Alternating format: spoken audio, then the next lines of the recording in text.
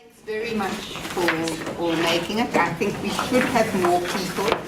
The only apologies we've got are unfortunately from Seaport, which is why I'm sitting here, from Lorna Houston, who's had a death of a first person, Russell Harley, who's on leave, and Kimberly Schle is no longer around to be a representative.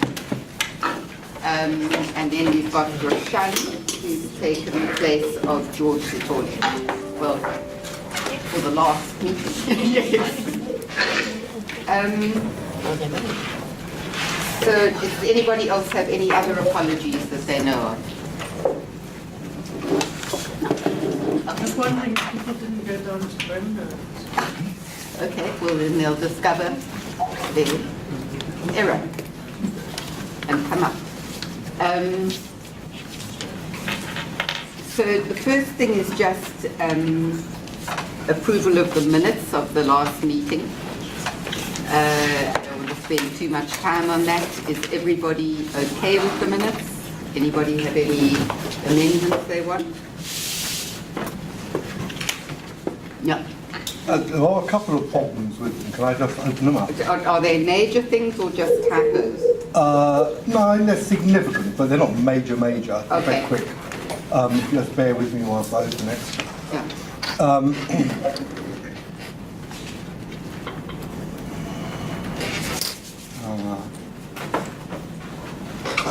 So the second, which is easier, is that if you, in the minutes of the meeting of the second meeting. Okay, well, let's take them one at a time. I forgot Okay. that there were two. Does anybody have a problem with the minutes of this? Yeah. So on the first The meeting, 18th March. on the 18th of March, and this is germane, obviously, in terms of what we discussed subsequently. On the second page, just before closing comments, opportunity for parties to reply. Yeah. This is all rather vague, and I think it's quite pertinent. I mean, the question was whether parties against whom specific allegations have been made were given the opportunity to reply, and whether the alleged facts were verified. It's a much more specific question than this rather vague statement here. Yeah, okay, well, maybe they didn't answer. So the answer they gave might not have been a direct response, but that was the answer they gave. Yeah. So the minute is correct. The answer might not have been what you wanted. No, I'm saying that the question asked was rather more specific than this sentence here. But you're not saying that something else happened? No. Okay.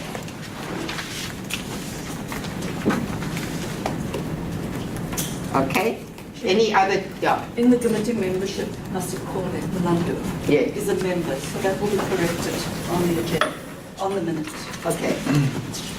Right. Can I have a proposal for the first set of minutes? Loretta's second. Thank you. 22nd March. Jeremy, go for it. Recommendation 13. I think this is a mistake. I don't think that the steering committee rejected the recommendation in its entirety. Is that correct? That's not a committee decision, Chair. It was just a recording of a comment, of an individual comment. I think that's correct. I think it was commented that the recommendation might be rejected. Okay. That can be changed. Any other things?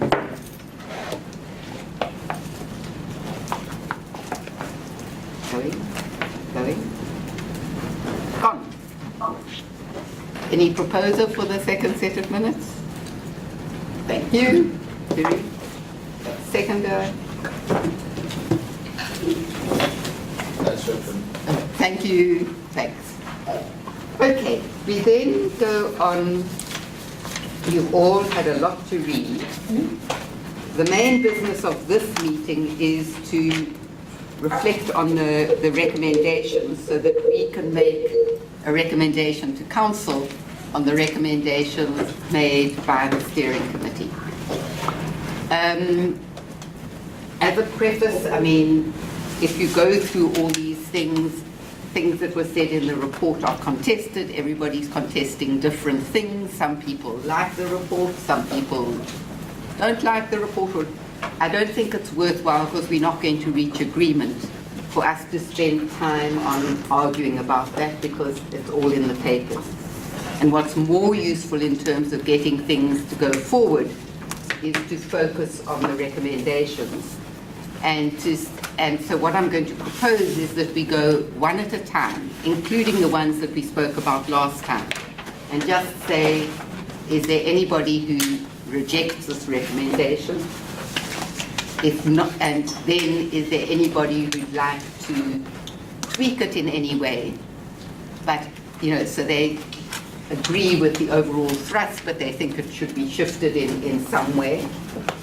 If we can reach agreement, great. If we can't, and then it goes forward to council saying that there was disagreement within the steering committee, that these were some of the suggestions or issues raised.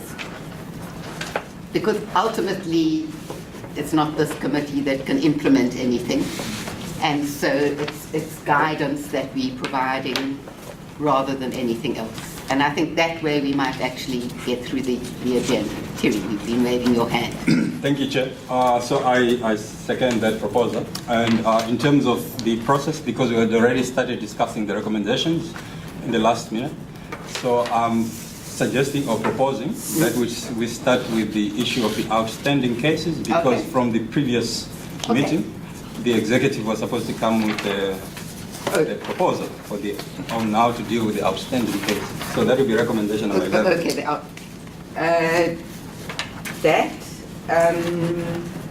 council just asked that the executive deal with the outstanding cases. It wasn't that it would come back to the steering committee. So it's not for the steering committee to decide what happens with the outstanding cases. It's for the executive to decide that. That's not what I mean. Say, Chair. But that was what council said, I'm afraid. You guys are police. Yeah. You guys are police. You guys are police in council. How do you decide on something that we have not even discussed? We did discuss it, but no, because the council is saying that that is the executive has the authority to decide on that sort of thing. Yeah. So process-wise, you just said that we're going to go through the recommendations. Yes. So that's one of the recommendations. I think the only thing that Nyoka is proposing is to shift this recommendation up. Yeah. So irrespective of where the council, whatever council says, we as a committee still have to engage. Yes, sure. But then can we start with recommendation 1? Yeah. Chair, I still say in terms of because this is if we try to follow meeting procedure, this will be under matters arising. Okay. Because this was already discussed. Okay. So I still say we start with the recommendation to 11. Okay. Because I don't know under what circumstance council was discussing this when it was supposed to come from the steering committee as a recommendation to council. Because what was... So what happened was, following the steering committee, the last steering committee, the executive took 2 proposals to council. The first was to grant amnesty in terms of the outstanding cases where there was clemency. The second was to make a proposal that the executive deals with the outstanding cases on the basis of restorative justice, and that was the proposal that was given to the steering committee.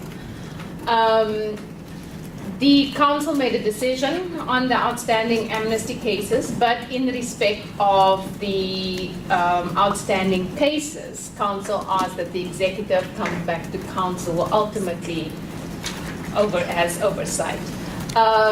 Quite frankly, Chair, I don't see the value of bringing it to the steering committee because ultimately, it is council as from a governance point of view who has to make a decision with respect to disciplinary matters. Tim. Okay, Chair, then I don't see why we are sitting here today, because Council ultimately also has the final decision-making body on everything. So are we sitting here wasting our time discussing this 14 recommendation when Council ultimately has the final say? Why don't we just leave it to Council? You could do that, but but the idea of this is that council wants to hear what is the view of the different constituencies. That does not mean that council will accept everything that is said, because otherwise what is council there for? But council will take anything that comes from here seriously. In this case, it was what Loretta says, that is ultimately a decision that has to be, well, that the executive has to propose, and if it is something going outside our rules, then council has to approve it. I'm not, yeah. So it was on that basis that to take the thing forward, let's move that way. Yeah. I don't know how hard it is what to understand what he's saying. Because what he's saying is that these are all recommendations. We don't want to handpick recommendations, say this is a bigger or important one than the other. Yes. Right? But the reason being this recommendation being put forth is because it's other matters arising. Yeah. Not that we're not expected to discuss it ultimately like any other recommendations altogether. Yeah. Now your response is that council is going to make a decision on that. That does not surprise us. That's why we are here. But the council is going to make a decision on the recommendations which we have commented on as the steering committee. That recommendation is not outside of other recommendations. So, being that council is going to make decisions or not, we should be afforded opportunities to still comment on that recommendation as this committee, right? Yeah. There should be a voice from this committee that says what does it think about this recommendation. Despite of council being made decision or not, because we are all aware here, council ultimately makes decisions on the recommendations. But our duty here today is to comment on them, so that when council make decisions, we have our own say. There's a documented comment from this committee that says this. We're not saying, well, council is going to agree on us, but we want it on record to say we have said this as the committee, right? Okay. So there is really nothing that we should be worrying about rather than just to afford this committee to make a comment on this recommendation and then leave it to council. Already had that and you accept it, because that's ultimately that's what's going to happen. But did we not just make recommendations on it last time? Am I missing? We made recommendations, as I understood it, on that issue at our last meeting. So that recommendation was taken to council. The feedback was taken to council, which then took a decision. But Matthew, yeah, I wanted to understand, since the decision was from council that the executive must make a look into the matter. Perhaps from the executive, has there been some thought around what has been said on the committee, and what are their thoughts around the outstanding, so that if there is something that we can agree upon, we can swiftly move away from this. But unless the executive has not made a decision around, then it's a different issue on the table. can you report back? So, Chair, we haven't decided specifically on the outstanding cases, but before I go that, I just want to make the case that so I presented it. I made the presentation at the last meeting that we deal with these recommendations. And my suggestion to the steering committee was to take these recommendations as a first step and take them to council.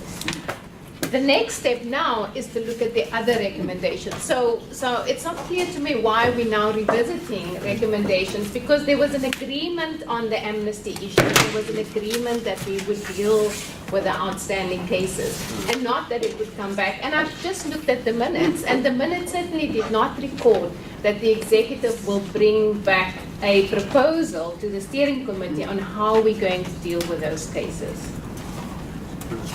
But we have not as yet. But we will certainly make a proposal when we address the whole issue of the IRTC Proposal. and council. Yes. I think for us to move forward, it would be better if we move in this direction. The executive is saying that they've not yet been able to come up with a plan on how to deal with the outstanding cases as per the recommendation from council. I propose that we still have the committee here engage the recommendations, make proposals, which could also help the executive in its decision making. It's still very much in line with all of the decision. It's not in contradiction with the council decision. It won't be in contradiction with the executive's role. It will still be taken as part of the considerations that the executive makes when it makes the final decision as instructed by the council to deal with it, because they, as they say, the ones who eventually. I still don't think that it makes us not be able to comment. It can maybe, in fact, reshape their own thinking around. Could somebody remind me what did we say about this issue last time? Chair. Yeah. No, I'm just asking, can somebody remind me? Who's got our minute? Let's hear the minute. Chair, as someone recording the decisions, there was quite a bit of to and fro on the issue. There weren't any voting, as you know, any final decisions. So what was primarily recorded were people's comments and viewpoints. And it sounds to me as if there were subsequent actions, which now we're at a different stage in the process. So yeah, there were no decisions as such, Chair.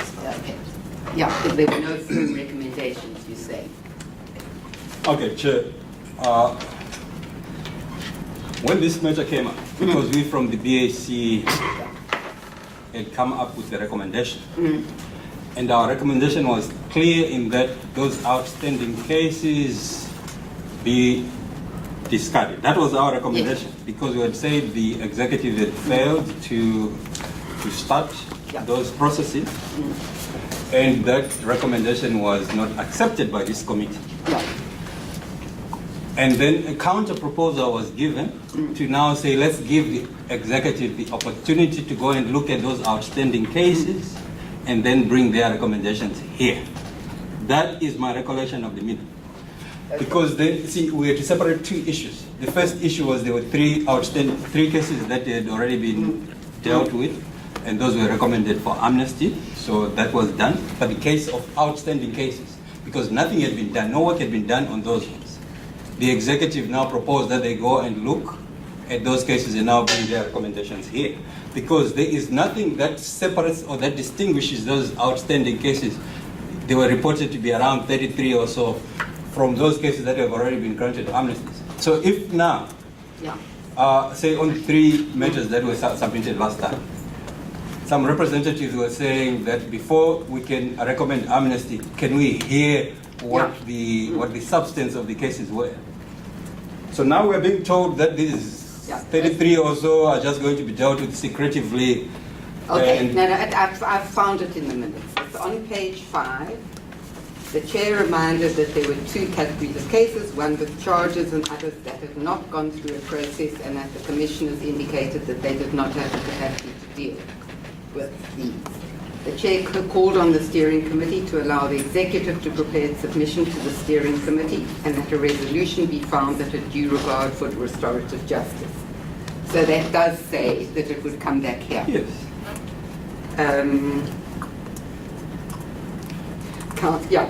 Council then said... But we then took it to council, and council agreed that we take it to council. Yeah.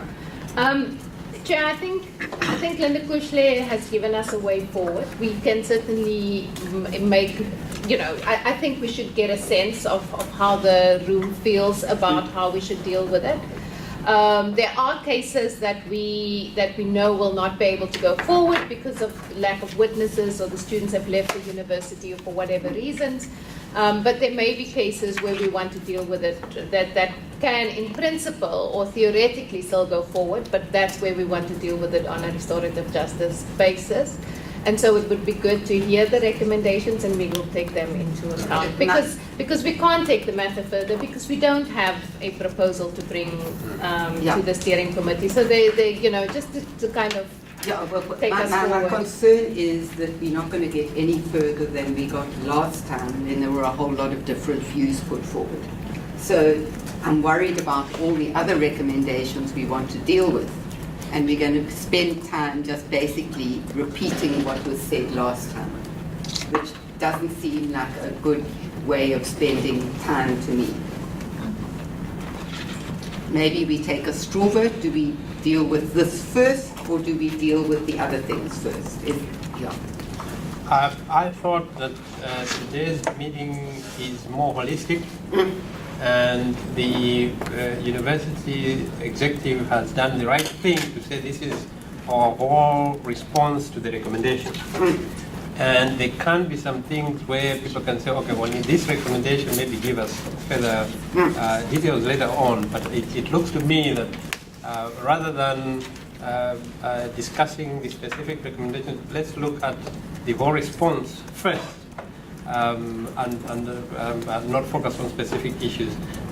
Specific issues can arise from that, but I thought that today's meeting was about how the university is in reaction to what happened the last time. The invitation was the university must respond to this report in a more comprehensive way. This is what has been done. Rather than... So you're suggesting let's go through the current executive's report? Yes. But focusing maybe on the recommendations? Yes. Yeah. Kerry? Chair, no, we disagree with that move. The executive is only one of the constituencies here. There is multiple constituencies.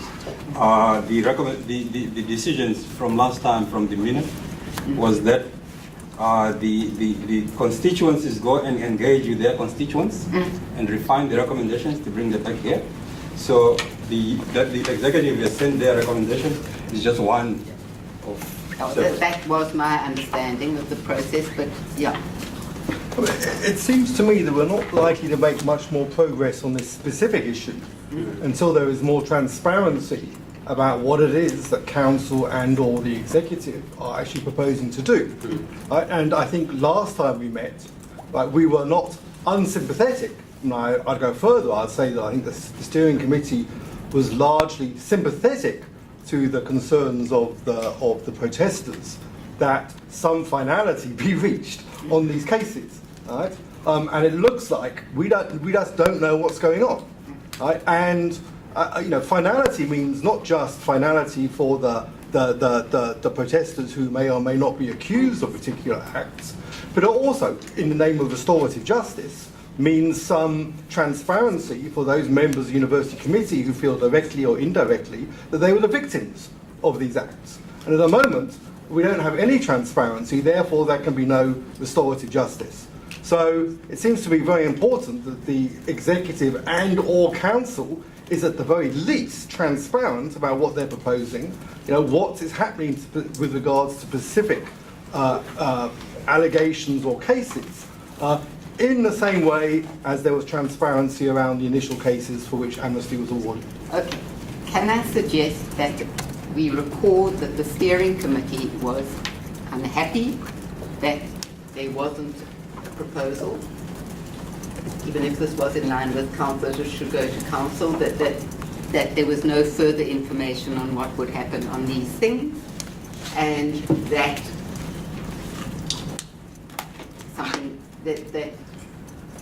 the further steps should be taken as soon as possible, and that the university community should be told what has happened to the extent that it can, because with certain cases one keeps it confidential. I mean, if people do go to disciplinary, then it's kept confidential, or the name is. Can we agree that that is the step to take on this issue? Yeah. Chair, I don't think we have much of a choice, because without the proposal from the executive, there is no way we can move on this. Sure. Okay. Can we go to recommendation 1? Recommendation. Can you read? Yeah. So recommendation 1 is diversity The university should, led preferably by the departments of sociology, political science, and any other department, conduct research to find practical ways of embracing and celebrating diversity on campus. And then the second part, these findings should be shared with the entire university community, and ways of implementing those findings accepted by the university community should be implemented, created on an ongoing basis. We anticipate that research and implementation will proceed side by side. Is everybody happy with the general thrust of that? Or is there anybody who feels that that is a bad recommendation? Wait, Chair, can I get credit?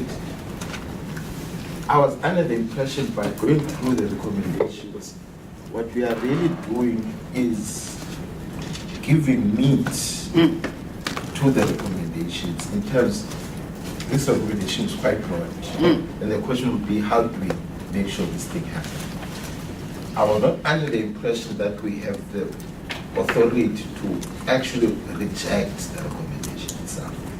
Can you clarify me on that? Well, no. I think we can say, any constituency could say, we think that is a dumb recommendation. I don't think we can go into specifics because we're not the ones who are going to implement. But what I'd like to suggest for each one is that we first say, is there any constituency that just feels this recommendation is after lunch? Okay. And then secondly, we'll say, okay, we broadly accept the recommendation and the thrust. Are there ways that we'd like to refine it without going into a great amount of detail? So there might be one phrase you think is wrong. There might be other. Chair, my question is based on this. If you feel that there's a general feeling in the House that says a recommendation one is a totally wrong recommendation, what happens then? That will be reported to council. And then council can say, well, this is what the wise people said, we go with it, or they can say, well, on the basis that a whole lot of the constituents don't agree with it, maybe the commissioners missed the point. Yep.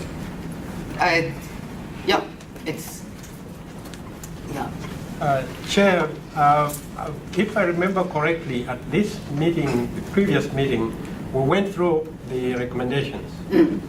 And I am not sure whether we're supposed to repeat that process. Probably not.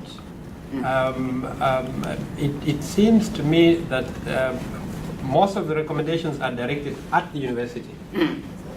And it probably might be better to ask the university to speak to how it sees those recommendations first and let people react to what the university is saying. That's my suggestion. Okay, but we have already had that suggestion that we go according to the university, to the executive's thing, because the executive, in that sense, and that there was some opposition to that. I think the reason I'm suggesting we go through each recommendation is that at the last meeting people said they hadn't had time to engage with the report and they hadn't had time to consult with constituencies. Correct. We don't want repetition of what was said last time unless you think that the message didn't get through. What we want is, if from your consultations there is a feeling that something should be changed or rejected or whatever else, then propose it forward.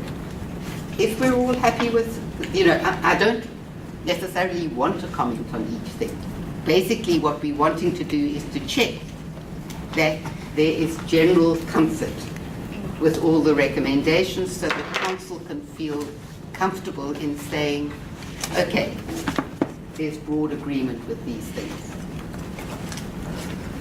Terry. Thank you, Chair. So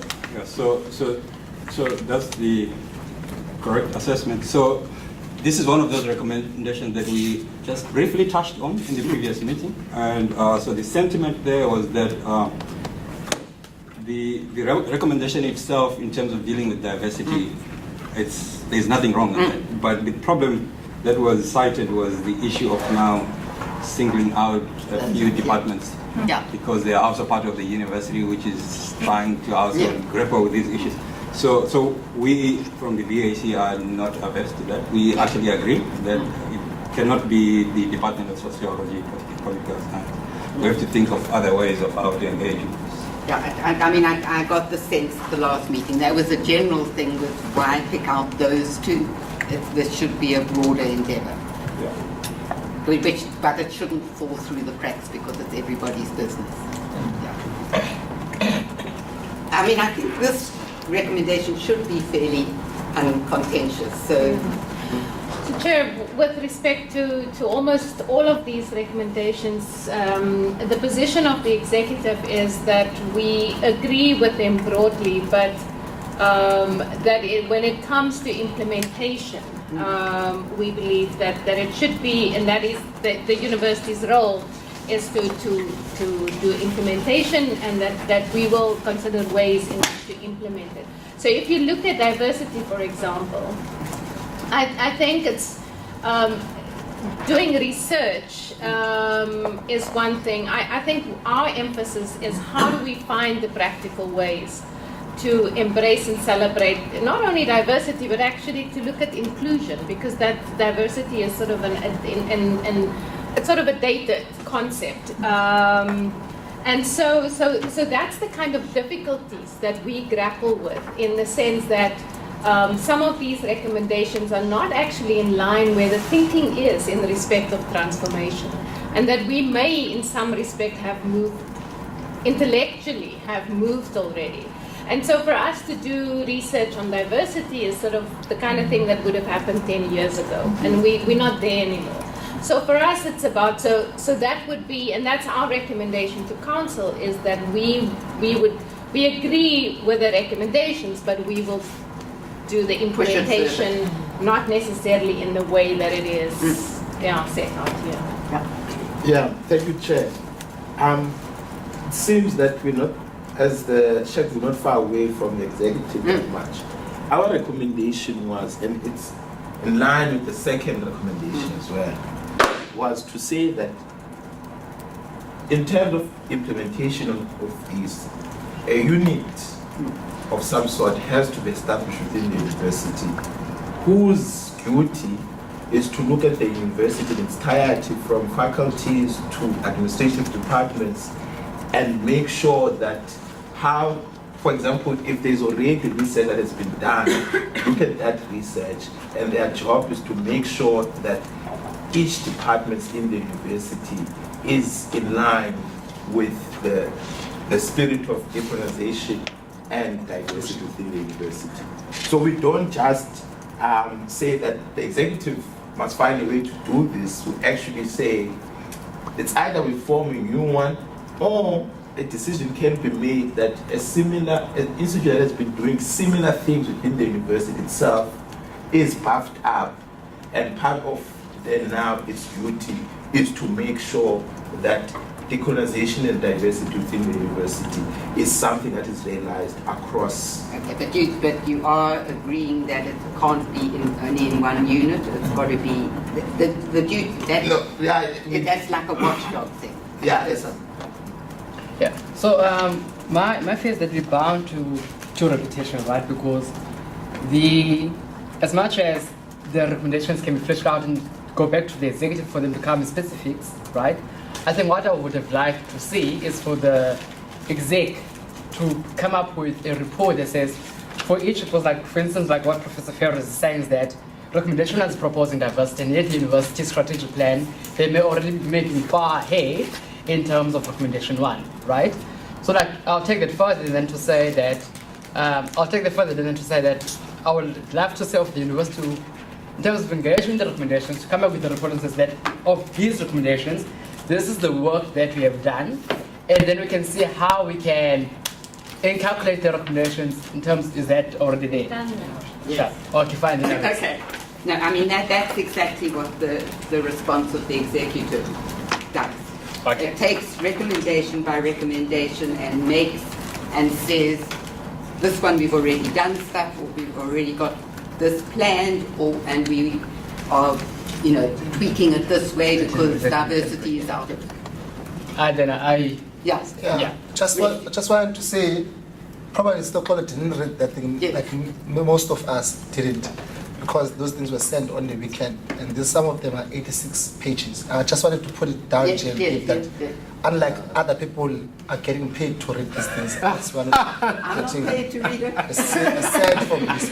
So I wanted to, and exams are around the corner. But I think, yeah, but I think the gist of it, just to move, the gist of it, that in some of these written responses, they do mention some of their take on the recommendation. But the point here is, if we are going to take that, we are subject to different interpretation of what is the report. Because even if you do read the submission, there are different contestation of facts or proof or how things, manner of events and how they unfolded. So I wanted perhaps to move us forward, unlike to do one recommendation by the time we have different constituencies here. And then maybe in summary, some of the few issues that they think are key to them that the steering committee must hear. And then we can take on what we believe some of us, not every recommendation is important, but there are few recommendations that we think this meeting cannot end up until it's touched. I mean, we can't do it every single, we have to decide on a method. I did suggest a method which seemed to me systematic, and that, and our main, you know, the fact that we disagree with what's in the main report, that's out of the way. As we said, I think we agreed at the beginning. We know that there are contestations about what is written in the report, so I don't want to hear that. Our focus in this meeting is on the recommendations. I'm fine if we go around with each constituency and they can say which recommendations they feel strongly about. But if you, would that be just the ones they agree with or the ones they want to change? It would be simpler to go recommendation by recommendation, but quickly. Chair, thank you.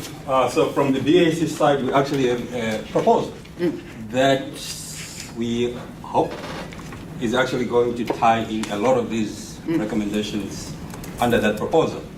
All right, so especially all these recommendations that deal with issues of equity, redress, diversity, and so forth. So if you think back to 2016 when we, as the university community, were engaged in the formulation of a strategic plan, which eventually was signed off in December 2016 by Council, the 2016 to 2020 strategic plan.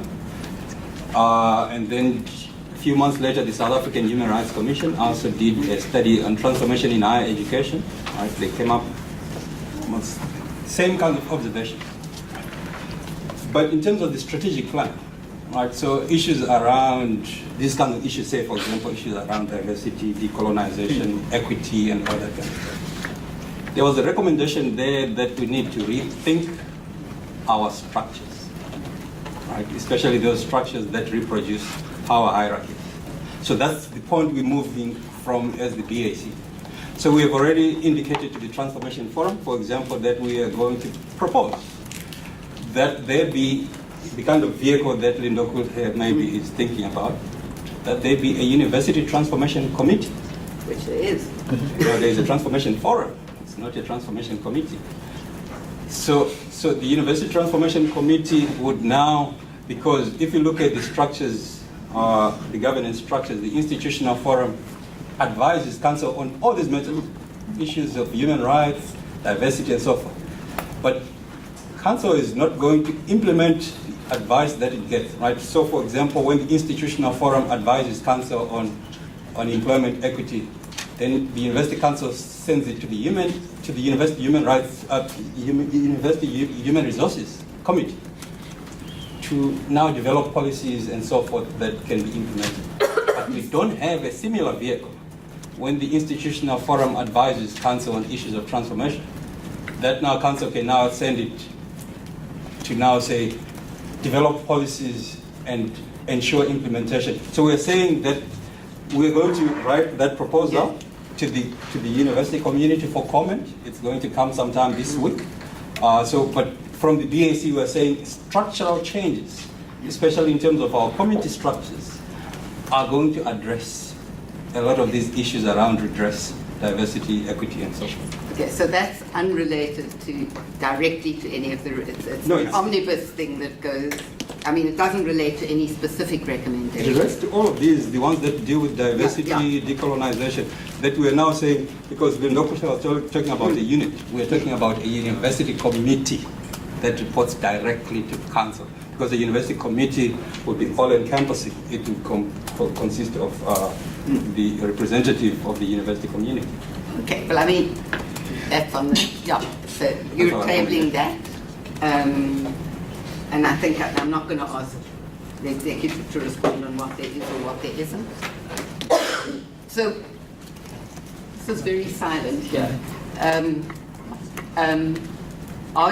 Are you all happy with going round and just asking each constituency what they want to say about the recommendations that are most important to them or that they would like to change, on the assumption that we all more or less agree with all of them? Is that an okay approach? Yes. Okay, so we have heard from that. Yeah.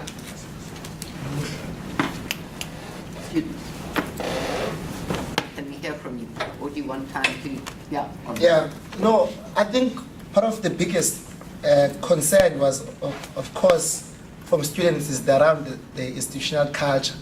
And of course, the recommendation that have come out, they didn't really put meat into how the university could actually deal with moving on from the fact that the overwhelming majority of the curriculum, the composition of numbers to staff, and all of these things, which relates back to what Prof. Terry is speaking about in the And we don't know whether we can't actually say this is what the university must do, but we think that in moving forward, a sense of a unit or a committee, which is given powers, not just a toothless committee like we have found in most of these committees, to actually deal with cultural issues that have happened over the years in the university. Of course, we know, and we know the small progress that the university claims that it has made over policies, but those progresses have not altered the social condition in which people feel in the university. So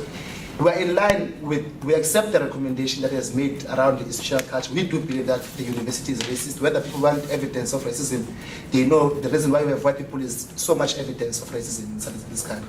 But we think that the university must take seriously over structural issues, even come with alternatives in which how the community can actually avoid the deep-seated division that we face in the university. And that can only come from a committee that is empowered by the university structures to actually educate and also advise the council on how to deal with structural issues in the university. Okay. Yes, another key recommendation, Chair, recommendation number 5, student recruitment and affirmative action.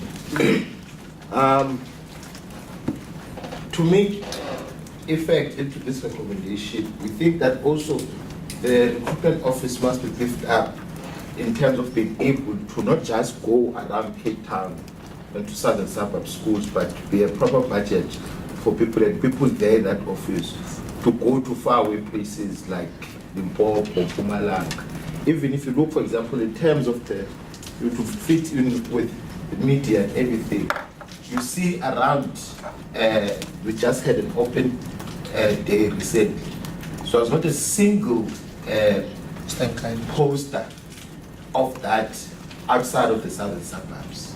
What does it say about the university? Only recruiting white students from Bishops and Western. So we are saying, in effect, to make this a proper thing, the recruitment office must be properly beefed up to be able to do the issues like that and be able to actually go to Kailita, because those ones who actually need to have information about coming to UCT. It's not how going to Westerford. The people who go to Westerford, their parents are here, they already tell them about university, they already have the internet to do all of that stuff. But the real people that the university needs to go to is the ones outside of this area. So the main recommendation is the buffing up of the recruitment office. We're capturing everything on, yeah. Senate. Well, I think, Because we had two people who were going to be on Skype. Are they? Yeah, they're there. No. Okay. Okay. Nikki, Illing, and Mbuli are on Skype. I'm not sure they are anymore, which we can. Well, yeah, Nikki said she could do 35 minutes, yeah. So I think that, we presented Senate's views on the recommendation pretty fully at the last meeting. Yeah. And I don't want to repeat myself other than to reiterate one very important point, I think, which is that one of the things that Senate, many members of Senate, as well as members of other constituencies, have raised is disappointment that there is not more attention to the issue of the code of conduct for protests, as well as for the policing of protests. And when we raised that at the last meeting, it was pointed out that although there was not a recommendation in the list of recommendations, there was an implicit recommendation in the text of the report saying that something rather vague needed to be done. And as I think is very clear from the submissions from Senate and from other constituencies, this is really a very high priority for those of us who work at the university. Whether academic staff or administrative staff, there are very many people who do not feel that the university is necessarily a safe space. And until there is a very, very clear code of conduct for staff and for students, governing how protests are conducted and how they are policed, then I don't think we're going to really address this issue of insecurity on the part of so many members of the university community. Yeah. Thanks. And then we've got documentation. You're back, right? Do you want to add something? I'd like to add two Sure. points, please. The first is just around the practical way for the university to engage with the decolonising process is that we have the curriculum change framework. And so for us to use that as one of the strategies to actually forward the decolonising process. And then the second is on Professor's point around having moved towards inclusion. I think inclusion is really important, and it's good that we think about it both in terms of recommendation 1 as well as the recommendation around mental health services, because we have to think about inclusion in terms of changing the structural conditions within the universities, both at the committee level but also in the everyday experiences of students within the curriculum and the residence life. So I think if we're going to move towards inclusion, we must be careful that it doesn't become another way of having assimilation with some of the troubles and challenges that the report highlights. Thank you. Now we've got employees. Yeah. So I'm part being captured by him completely, but Samuel's got some stuff to add. Yeah. I think it was what we're looking at in point 3, an calculation of values in the Constitution. I think it's a feeble attempt by the IRTC to ignore what the staff actually went through. We were in the front line, and we've always protested that the management did nothing, yet we made submissions. Very few of us went there to make submissions, and you can look at the EU comment and feedback. We were scared. And secondly, the pathetic IRTC chose to house themselves at the Sun Hotel, where there was no transport made for any of our members to go and meet with them in a safe space, what they called it. So it's clear that they did not capture the full sentiment of the staff body, the past staff body, that were on the front line of discrimination, assaults, and the likely things that occurred during the protests. Yeah. And to come and say we need to go to the Constitution, yet we must also accept that it is fair protest. to accept the violent nature of these protests. Against who? Against us. What has been done? All our members have raised this point saying that we are still on the front line. There is no policy. It was captured in the Senate submission now, that we need a clear policy on the administration of protests that protects the staff body and other constituencies at the university. Thank you. Thank you.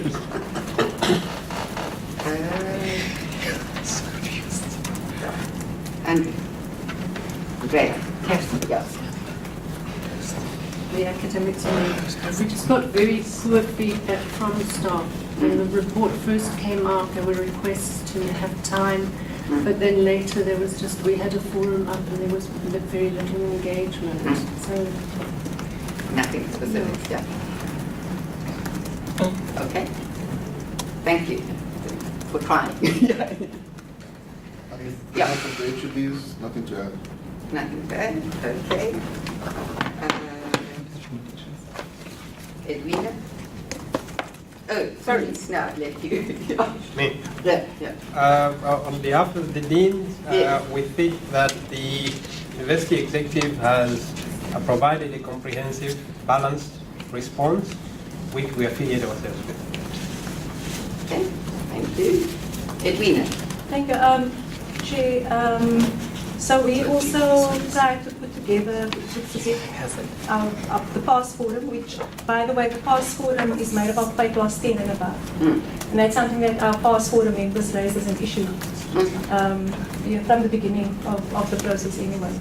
So with the unions, we had a conversation, one of the union members was there, and they also then raised the point about our PASS staff are represented in committees. And that goes into, there were a lot of process concerns that were raised amongst the members of the PASS forum. The process in relation to the IRTC. Yes. Yeah. So many process concerns about how people felt they couldn't participate, that there was a predetermined outcome, that they felt invisibilized by the process, and they were disappointed because there was an opportunity for members to find each other.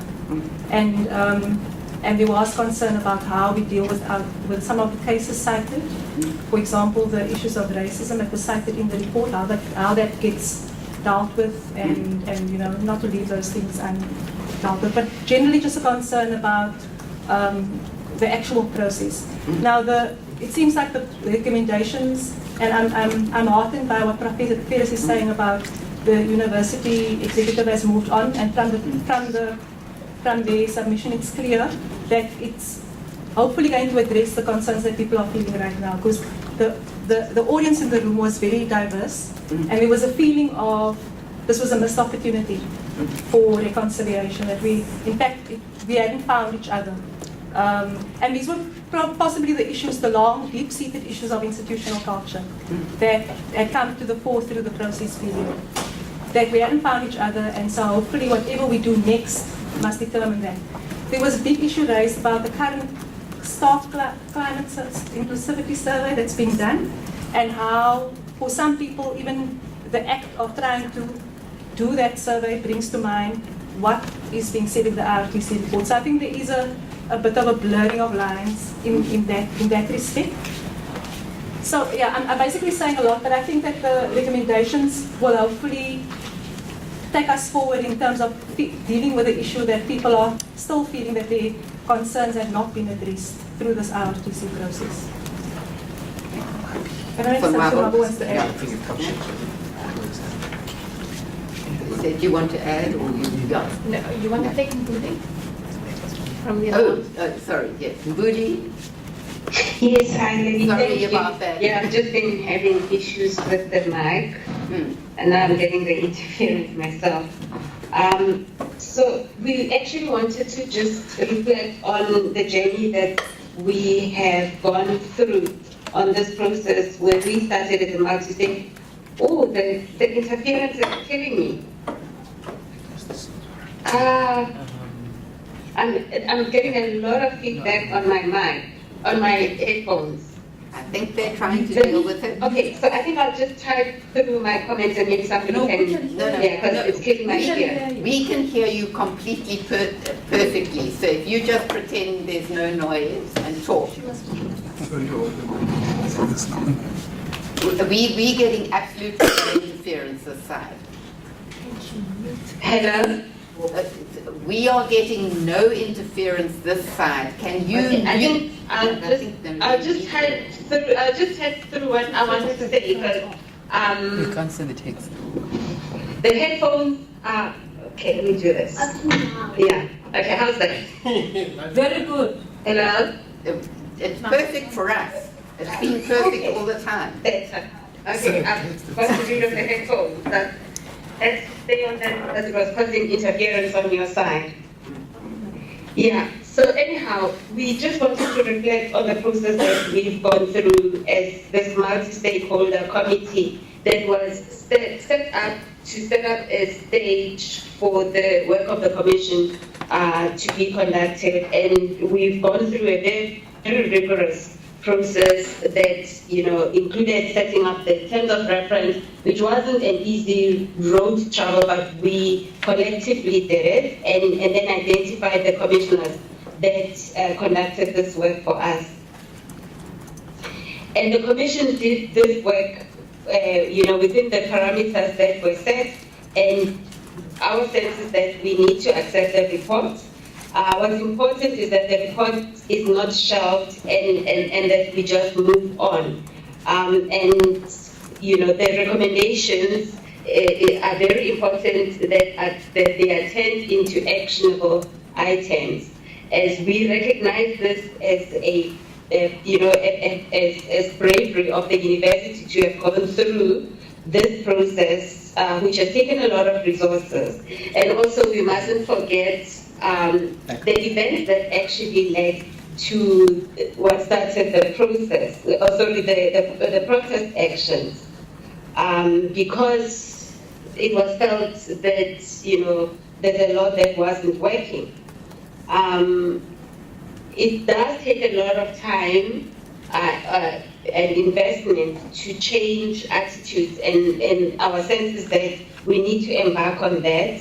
And we just need to urge everyone to keep a positive view of the process. We want to encourage continued stakeholder engagement to ensure that the problems that led to the events that necessitated the formation of this IRTC don't happen again. So all in all, we're in support, and the issue really also revolves around the implementation. That we see that you know, issues are really implemented to the satisfaction of all or most stakeholders. Thanks very much. And for struggling on with the technology. Yeah. Executive, do you want to? So Chair, thank you. I think beyond what I've already said, and that is that we agree in principle with the recommendations, and we will find a way where we have not yet, and we've actually already started on the implementation of the issues that were raised. But there are areas where we specifically disagree. One is the recommendation that we do a review of residences and the housing, because that is not, in our view, required, because we do not have a crisis anymore. We've come up, and we've also detailed that, we've come up with ways to supplement accommodation, and so a review would be a waste of resources. The other important recommendation that we do not agree with is the recommendation on criminal cases, and in particular the recommendation 12 that speaks to the need to make reasonable and equitable legal representation available to students. We agree with the notion of fair disciplinary procedure. However, we do not agree with the idea of making legal representation available For a number of reasons, but including the fact that it actually goes against the whole notion of administrative justice and the idea that you would ask your opposition to actually make the representation available for you. Something that is not what is done. Secondly, we do not. The Student Disciplinary Court is an administrative tribunal. It's not a court of law, so we don't run our procedures in the way that we run a court of law. Thirdly, if the implication is that the university should cover the cost of all cases that are contested, it's not feasible. It's not financially feasible. And if the University of Cape Town does that, it's going to have an implication for the sector, and that is not going to be feasible for the sector to do this, because you cannot have one university doing it and another university not. On the issue of the NPA dropping charges, the recommendation to urge the NPA to drop charges, we do not agree with the idea of urging the NPA to drop charges. Where the NPA has raised particular cases, we have already last year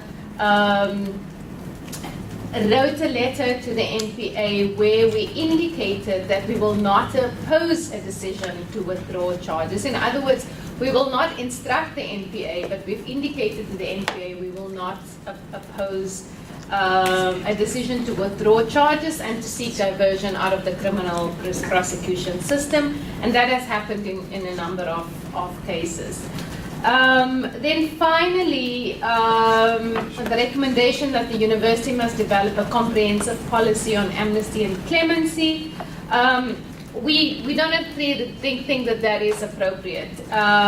Future circumstances are not predictable, but we have appropriate measures to deal with disciplinary issues, and we believe that this executives should find a way to resolve matters rather than exacerbate them by setting up a policy for amnesty. We should rely on our own policies and execute them in a way which is fair. But other than that, Chair, we agree with the recommendations, and we also, I think an important recommendation that we will take to Council is that all of the inputs that engage with the IRTC report should be made available, and that it goes up onto an IRTC website so that there is that kind of engagement, not just with the report, but also with all of the responses to the report. After checking that people are happy for that to happen. Yes. Because, right, okay.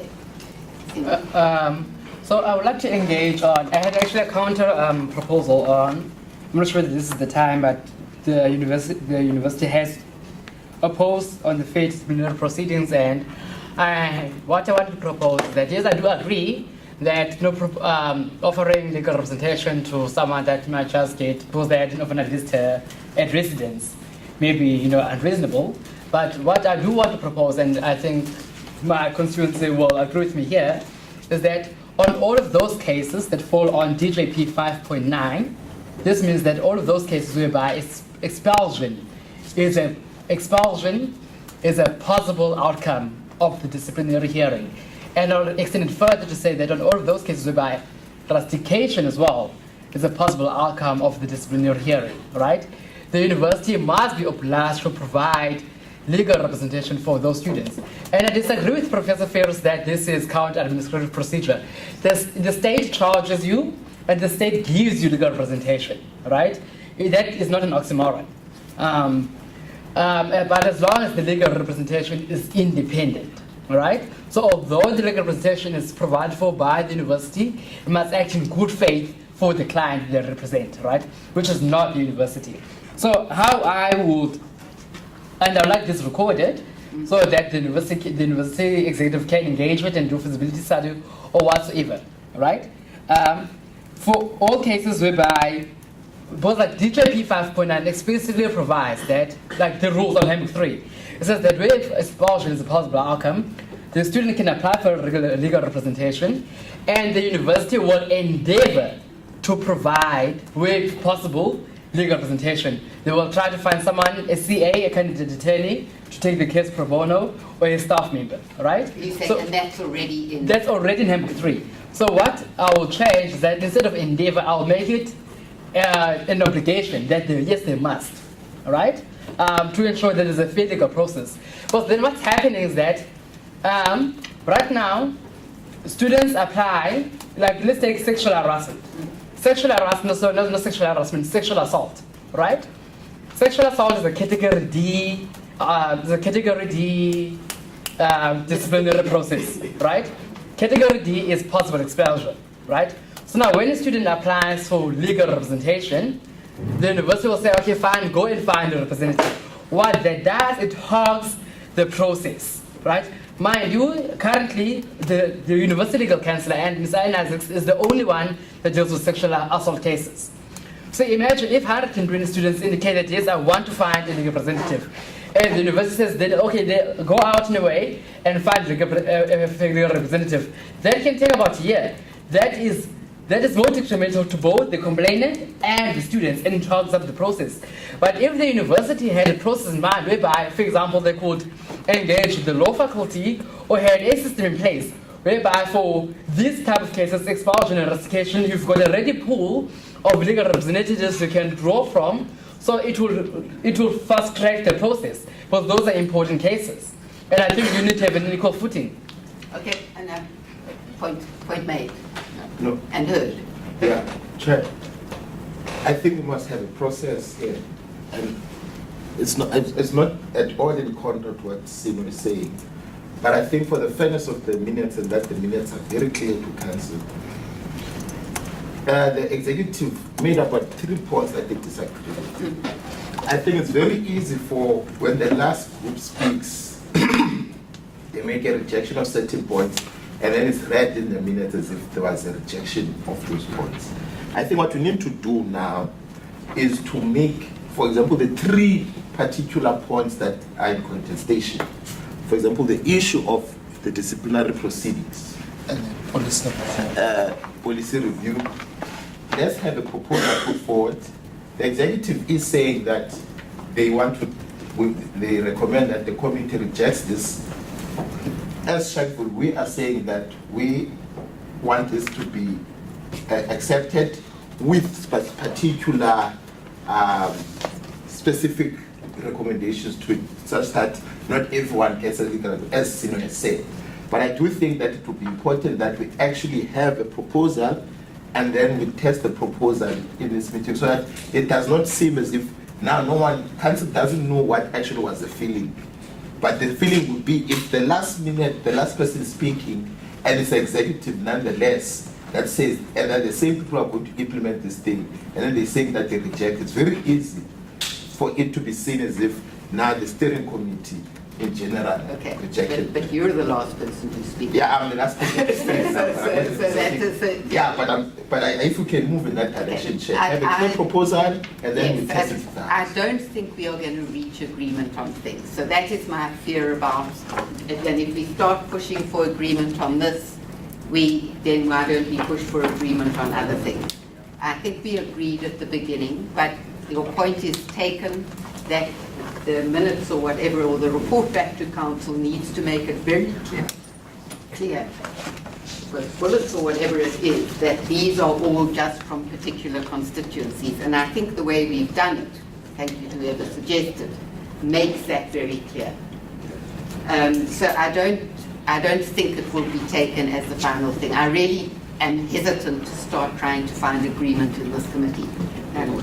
I'm wearing another hat now on the question of legal representation, which is from the senior proctors, our senior proctor at all material time. And I can report that the disciplinary system for students was so stretched during the protest time.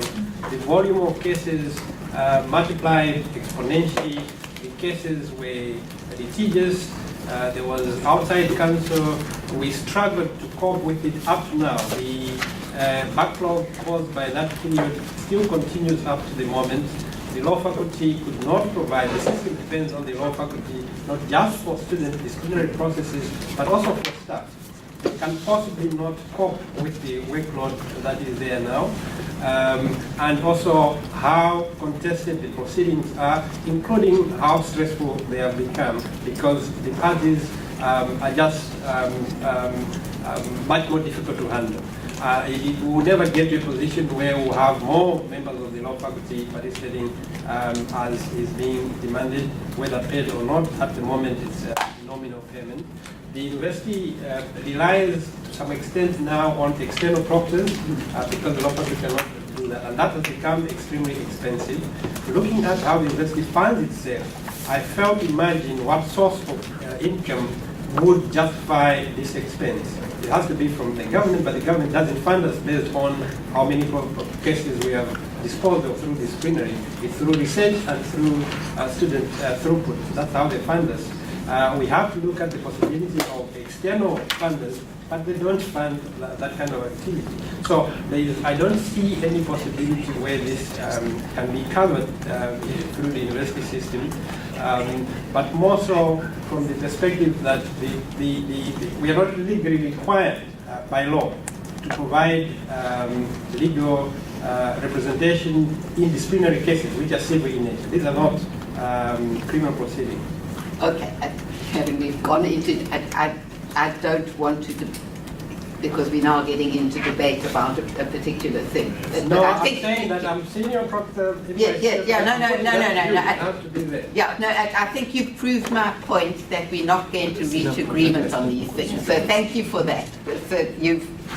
So Just to echo one point that Dan would make, which has come up in the steering committee before, I'm quite sure that Shackville would agree that Shackville and students shouldn't be treated as a special group. And if the university was to dedicate resources to legal representation, which, like Professor Churwa, I think would be a misuse of the university's scarce resources, if the university were to do it, it should make exactly the same provision for academic and non-academic staff. But I know that Sam has raised this point before, that the provision for academic and non-academic staff needs to be the same as for students, and that of course would have huge financial implications. Can I quickly raise one other point in response to Director Ferris, which is around the NPA and the criminal cases. I think that, from the submissions from members of Senate and the EU and some of the AU and Past Forum and others, right, that it would be very good for the university to report fully back to the university on all of the cases, not just the cases of amnesty, but also, as we've just mentioned, the cases in which might or might not be taken further, but also what the university knows about cases and what happens to them in the formal government court system, because there are very many members of the university who still don't know what is the outcome of incidents that they were themselves traumatized by, or directly or indirectly. So full reports from the executive on what's happened to all of these cases. It does not need to name individuals, but a full report on what's happened to cases would be very useful for reconciliation. Thierry? Thank you, Chair. I would also want to respond to one point that has been made by the executive. In their last point, they said they would want to have all the other submissions sent directly to council. So we would want to categorically reject that from the BAC. We have already done so last year, June last year, when a similar thing was almost about to happen. And then we wrote directly to council to say that the steering committee was formed for a reason. We cannot now try to change the terms of reference to say that there is any other structure out there that makes recommendation on these items to council. Only the steering committee makes recommendations to council, not other private individuals or structures. We can go back to the emails in June last year. But we're not talking about private structures. No. Individuals out there who may have been or may not have been at UCT, who want to write directly to UCT to respond to these recommendations. So we're saying we reject that. So all the recommendations that go to council must come from these minutes that are being discussed in the steering committee, because that has been agreed already from June last year. So that's the point we want to make, because we are worried about this false narrative that's being thrown around that say, for example, these recommendations were based on 80 80, whatever, 80 individual representations. I think we shouldn't get into false narratives because people have different ideas of what the false narratives are. Yeah, but that's... These are the appendices that came with the documents for the meeting, and it is actually quite common for documents that were given to a meeting to be appended to the minutes. Yeah, but Chair, the point I'm trying to make is that this body, as the steering committee, otherwise we stand the risk of somebody saying that 17 members here are not representative of the university. These are constituencies. We need to make difference between constituencies and individuals. So your issue is with their past executive? Whether it's past executive I or need to be clear. individuals outside the steering committee, they cannot be allowed to make recommendations to council outside of the steering committee. Okay, but I'm confused because what other individual ones are there besides the past executive? Danny Visa is here. Danny Visa is there as well. Who's Danny Visa? Sorry? Danny Visa. Is it Danny Visa? Yes, well, he's a past executive. And then there's another past executive. Yes, Previous no, executive. okay, these are so they are past Yes. executives. Those are the ones that we know. Yeah, okay, but that's, you don't want that from the steering That cannot committee. happen. That's already been ruled by council last year in June. We wrote on June 13, 2018 Yes, to but reject this point. let me just be clear to you that those submissions have also been made to council. They haven't been made only to the steering committee. Then council cannot consider those. Otherwise, That's the point, Chair. We're saying that we cannot consider them. Because council entrusted this steering committee saying that they represent everyone in the university. Therefore, this steering committee must be the one entrusted to do that job. Okay. Now you have Prof. Pargain, who's here as the VC, and Professor Loretta, who's here as the executive. And then there's another executive that's, we don't know, somewhere also making recommendations. What if also now we're going to come up with the 100,000 students who used to be in this university? Or SRCs, or who've been here before? There's been a specific method that we've been using, that there's an executive, and the executive is represented by these people. The people themselves can change, doesn't matter, but they represent the office. SRC students have also changed. You don't see us SRC students calling about Ramabina and Roresant to make recommendations, because the office itself is still there. If people want to make recommendations, they must talk to their constituency. If Danny Visa does not have a constituency, I can sort it. It's not our problem. But it's not our issue. If it's a staff member, I can go to staff. If it's alumni, go to alumni. We will report back. Yes, but we are saying that it's not a report back. It is a report back. It must not be. Because it's under what statute are you doing it? This steering committee has been precisely set up with the clear rules of engagement and with a clear statute on what basis it's formed. The entire process has a clear guidelines. If now we say that we are going to even consider these other submissions, on what basis are we doing it? We don't need to consider them, but there could be an argument that council can consider whatever it wants. So I'm just saying, there was another point here. Yeah, I wanted to comment on this disciplinary issue as well. The workers wanted to respond. The workers have a union, first of all. That is the representative. Students don't have a union to represent them in the tribunal process. I mean, I'm currently sitting with more than 30 cases. We've been doing that for the past 3-4 years, right? Every year, not always, almost 20 to 30 cases where we do that voluntarily. No one pays us. It's not like UK's where students are paid to do a representation. UCT, no one pays us and takes our time because we are engaged into trying to make sure students are not excluded, or you know. And we have students where cases were very innocent but were dismissed and suspended for 3 months on the basis that they don't know what the process is. They know the representation, right?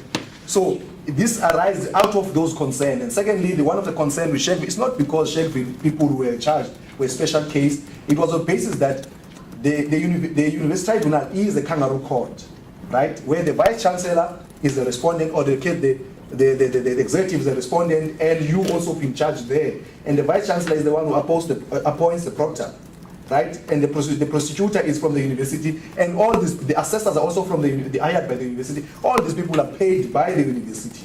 sounds like the Rivonia trial. It is like when the defense was. I'm telling you, It is precisely like that. That's everyone sitting there are paid by the university except you and your client. Okay. Everyone there. This is where we started. Even that's why they also wrote it here. With this way, when we make our submissions about tribunal, as people who also go there all the time and will deal with this issue, this was one first one concern to say how do we deal with this matter. Not necessarily because Sheffield is an issue that we are going to deal with now and it's not going to be there anymore. But we have a concern is that we are going to leave tomorrow. What happens to the students who are representing? What happens to our students who are charged and all this so on and so on. Now, we are saying, okay, probably there's no budget to actually assist in this manner. There's an office they established recently in the faculty, in the law faculty, where students are representing. But even that, they will say they want advice from us, it's not all, but because we don't have so much of level degree, yes, we're not going to be considered to represent students. But they also don't know how to represent students. So they want advice from those who have been representing students. So what is your recommendation? There's this union that's established there. So I'm saying even that is useless. The fact that they can't to ask advice from us. I'm asking for your recommendation. We made the recommendation, but we're trying to, because it's not taken serious. People think that we are making this recommendation to protect Sheffield protesters. We are not making it to protect Sheffield protesters. We are trying to tell you that the University Tribunal is a kangaroo court. Yes, we are saying that there might not be enough budget to do that. We are even moving further to be flexible. To say, okay, someone might be charged innocent as they are, might be found guilty because they don't have representation, it's fine. But as long as they still remain in the university, they'll be given community service, all those kind of things. But we are not trying to see a situation where someone will be rusticated from the university. And yet that person is rusticated on the basis that they were not given a fair trial, right? Or a fair representation. Because it happens, right? Where students have been rusticated, where they have not been given a fair representation. So we're moving it further, say, you don't have a budget, okay, fine. But on those cases that are very extreme, that can have serious consequences to students, can you at least cater for those, right? Despite whether other cases which are small, because at the end of the day, whatever consequences, students can still remain in the university despite of whatever consequences is there. But on rustication, it has a serious implications. Because you lose funding, you lose everything, you know, and it's hard to even come back to the university. So this is where we're saying the university must look into that, not on the basis that it's trying to deal with on the basis of Sheffield, right? Sheffield is a thing of now. Yeah. What happens to other general students in the university? So you must consider on those bases, not with the stigma around it. Proposal, Chair. I think, because I'm worried about time. Yes. Thank you for being worried. Yeah, no. I think we're going to do the back and forth situation. It's necessary because we disagree and we want to put it out in plain. But I think from where we at now, there seems to be no serious contestation on the actual recommendation in the report that the IRTC has delivered to us. And through you, Chair, I want us to lead us precisely because time is so that we can conclude this meeting by summing up all of the basic concerns that we have before the time, because we want to leave. Yeah, I want to leave. That's my proposal. Sum up, Chair. So I'm very old and my memory goes, recent memory goes when you are old. So I'm not going to try to sum up. I'm going to say that generally all the constituencies seem to accept virtually all the recommendations. There are reservations and disagreements on some of the specific recommendations. Those will be fully reported to council. So the meeting is not going to say so-and-so said this, so-and-so said this. It will say, here is, overall there was general consensus with or agreement with the thrust of the recommendations. On recommendation 4, these points were raised. On recommendation 6, these points were raised. And it can say by which constituencies, because I think that is relevant because you can see which constituencies are affected and one would expect to feel strongly about a particular thing. Chairperson, my apologies if I'm moving please stop me if I'm moving the committee back a bit. On security personnel, I would like to propose as follows for the university. On which one? Security personnel recommendation 13, right? So Sheffield has always been capable of rejecting private security in its entirety. We've seen the violence of last year, like CIRA, the regulatory body has published a report on how violent private security is. Students have died at the hands of those militia. So there is a campus protection service at UCT, CPS. Yeah. So, and you disagree with what they're writing here? No, I agree with what, okay. I disagree with the employment of private security under any circumstances. Yeah. I disagree with that, right? Yes.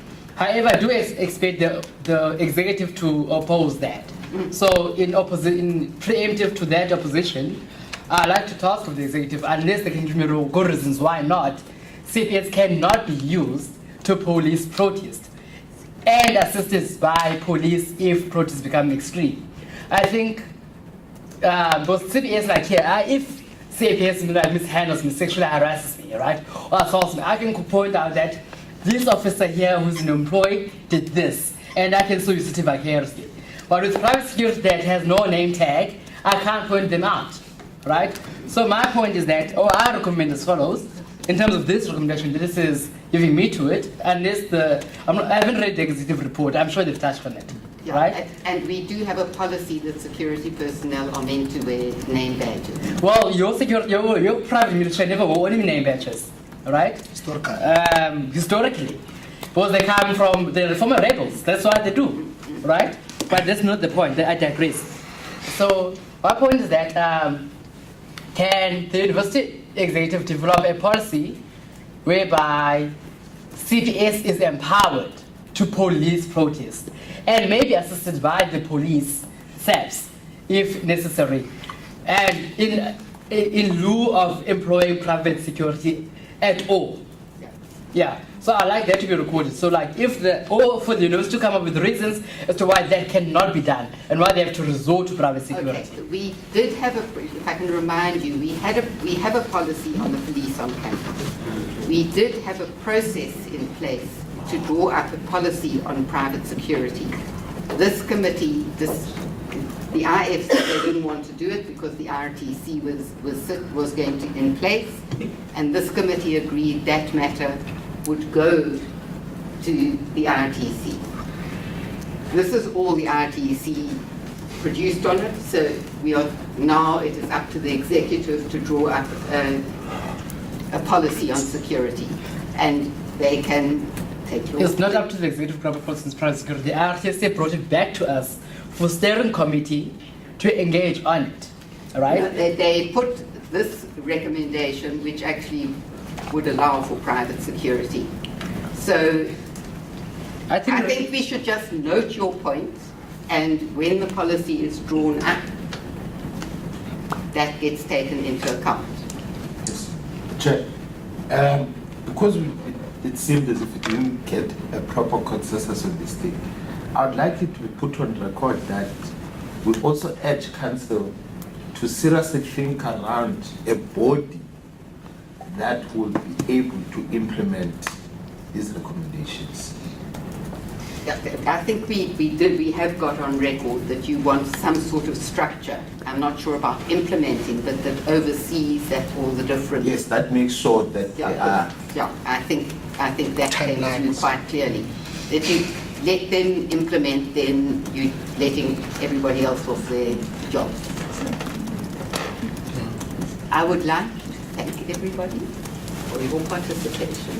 A very long period, for your patience, and for our engagement, which sometimes became quite heavy, but we survived. And I think this was an important process. It was quite painful at different times, but it was about painful happenings and situations. This will go to council, but this is the last meeting of the steering committee. And I'm really glad that we've got pretty good, I mean, we haven't got all the constituencies, but we've got a pretty good turnout rather than having had a structure that fizzled into nothing. So we can all clap ourselves. So is this our last meeting? Yes. But disbanding this committee? We are dead. Subsequently, does that mean that we disband all other committees that came as a result of this committee? What's happening? That And other committees. What are the other committees? It is only Landuka. What other committees came about as a result? Oh, man, I'm already disappointed. I'm just thinking of other things. Sorry. No, I'm happy that we were No, the IRTC Okay, this is our farewell. Yeah, the ones that respond that. And really thank you, Charmaine. Thank you, Charmaine. I hope they paid you serious money for that shop of yours.